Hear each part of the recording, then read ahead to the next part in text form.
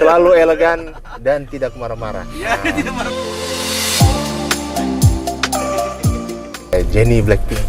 Relatif, Jin. Nasi goreng. Masih makan nasi goreng ya? Makan apa? Karena kan orang Kenapa jarang bicara soal orang tua? Karena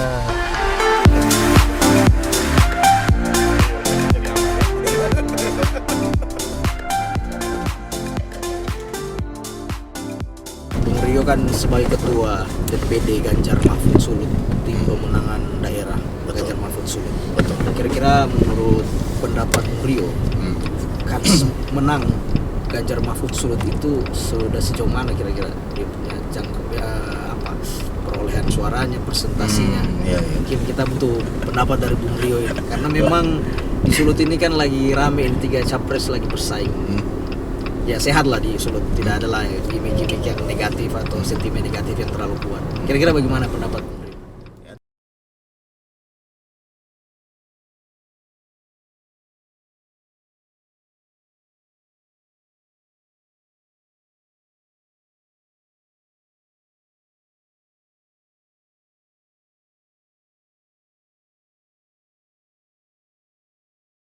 Ya, semua tim pemenangan baik nomor 1, 2, atau 3 kalau ditanyakan yakin atau tidak pasti akan jawab yakin gitu.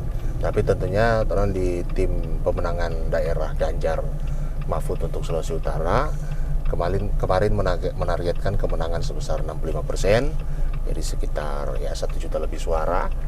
Dan memang dari sisi internal juga melihat situasi kondisi yang per hari ini memang target 65% itu sangat realistis dan bisa tercapai begitu. Di satu sisi juga memang terus melihat calon nomor 3 ini, Pak Ganjar dan Pak Mahfud, memang tidak ada alasan untuk tidak bisa dipilih gitu. ya, paling realistis. Ya, paling realistis karena dari sisi program bagus, punya 21 program yang unggulan, realistis, memang bisa terlaksana 21 program ini. Jadi bukan hanya program yang berandai-andai, dan juga beberapa program yang direncanakan dalam visi misi tersebut sudah pernah dilakukan di Jawa Tengah pada saat Pak Ganjar menjadi gubernur. Jadi istilahnya sudah ada pilot projectnya lah di Jawa Tengah, tinggal bagaimana nantinya akan diaplikasikan ke seluruh provinsi yang ada di Indonesia. Jadi memang secara historis juga Pak Ganjar dan Pak Mahfud punya historis yang bagus, kinerja yang dianggap bagus oleh masyarakat baik di Jawa Tengah maupun Pak Mahfud sebagai ketua lembaga yudikatif, ketua MK, ataupun juga sebagai anggota DPR. Jadi memang Pak Ganjar dan Pak Mahfud ini calon yang memiliki pengalaman yang komplit 100%. Mungkin paling komplit dibandingkan dengan 2 pasangan calon yang lain. Mau pingin tahu dong, Bung Rio pandangan soal ekonomi kreatif, yang bagaimana DP korelasi nanti dengan program-program yang nanti torompe presiden dan torompe calon wakil presiden ini akan bawa ketika dorang jadi nanti. Ya, ekonomi kreatif itu memang selalu menjadi satu aspek yang sangat penting dalam ekonomi kemasyarakatan, karena memang menurut data juga sekitar 80% lebih pengusaha yang ada di Indonesia ini kan adalah UMKM. Dan yang tentunya ekonomi kreatif itu harus diakui kebanyakan juga masih di tingkat UMKM. Jadi tentunya ini harus menjadi perhatian kita bersama, harus menjadi satu program penting siapapun nantinya akan terpilih, karena memang jika UMKM ini diseriusi, berarti memang 80% lebih pengusaha ini akan mendapatkan dampak tersebut.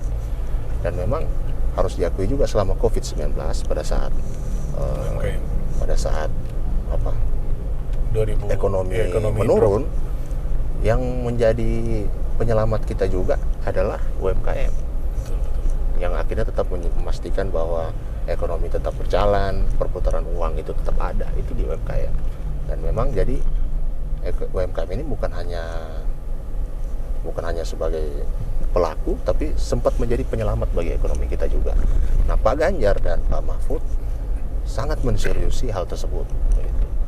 Yang semua orang penasaran, kenapa Bung Rio kasih kelar dulu semua kok baru datang di politik? Apa yang bikin komitmen itu tetap jalan yang Bung Rio pegang?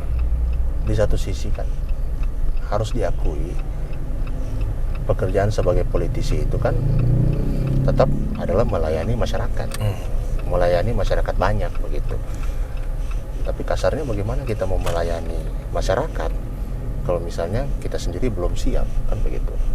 Siap ini bukan berarti harus uang banyak, siap ini bukan berarti harus menjadi aktivis yang paling hebat, dan siap ini bukan berarti harus memang paling jago sekali, bukan juga begitu. Tapi harus di posisi di mana akhirnya sudah bisa mengurangi prioritas terhadap diri sendiri dan akhirnya memprioritaskan kepentingan besar daripada kepentingan diri sendiri.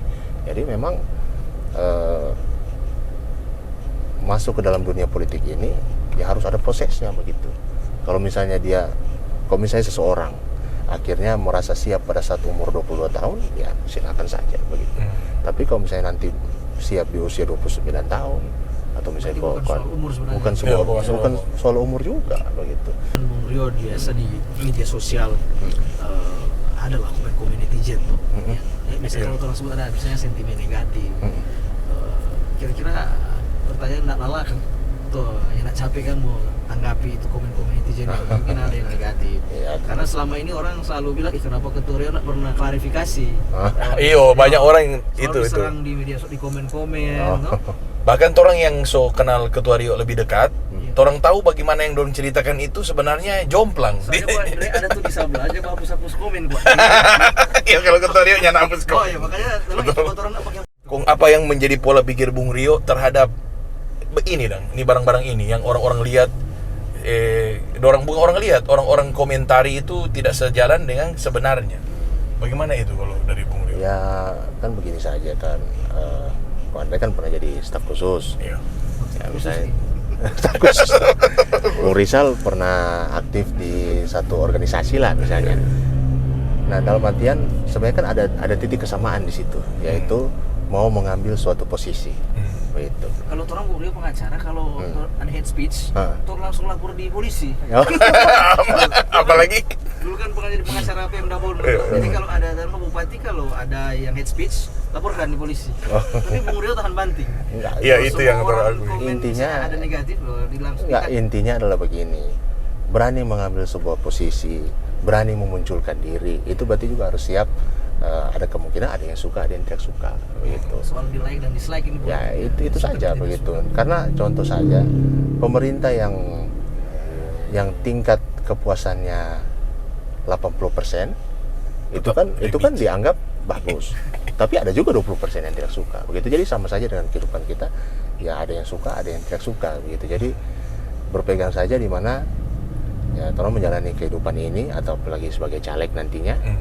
Ya bekerja untuk menjaga kepercayaan orang yang suka, tapi juga mencoba untuk meyakinkan orang yang awalnya tidak suka. Begitu iya, aja. Betul. Paling begitu sih. Dan memang harus tahan banting di dunia politik karena ya sekali lagi nggak ada yang 100% akan setuju, nggak ada yang 100% akan suka. Benar. Gitu. Iya. Masing-masing. Yang orang masyarakat memang banyak belum tahu itu masalah yang begitu dong, karena dorang anggap tentunya nak jaga lihat Instagram, ini mesti follow Ketua Rio Instagram no. Ketua Rio Instagram ada dan cukup artsy DP foto-foto itu luar biasa. Follow @rio.kb. Bung Rio ini kalau mau follow cepat mau follow back. Iya. Kalau akun lain kan lama sekali ini. Kita coba cerita dengan Ketua Rio lebih dulu di Instagram. Dari Instagram orang lebih dulu baca cerita. Dan memang orang jadi saling tahu karena melihat Bung Rio di dalam organisasi yang begitu rigid DP ideologi. Jadi orang cuma ini orang mau beli air minum dulu orang ini. Mau singgah beli air. Bagaimana? Boleh juga itu. Boleh kan? Nanti orang cari Indomaret dulu. Tunggu singgah.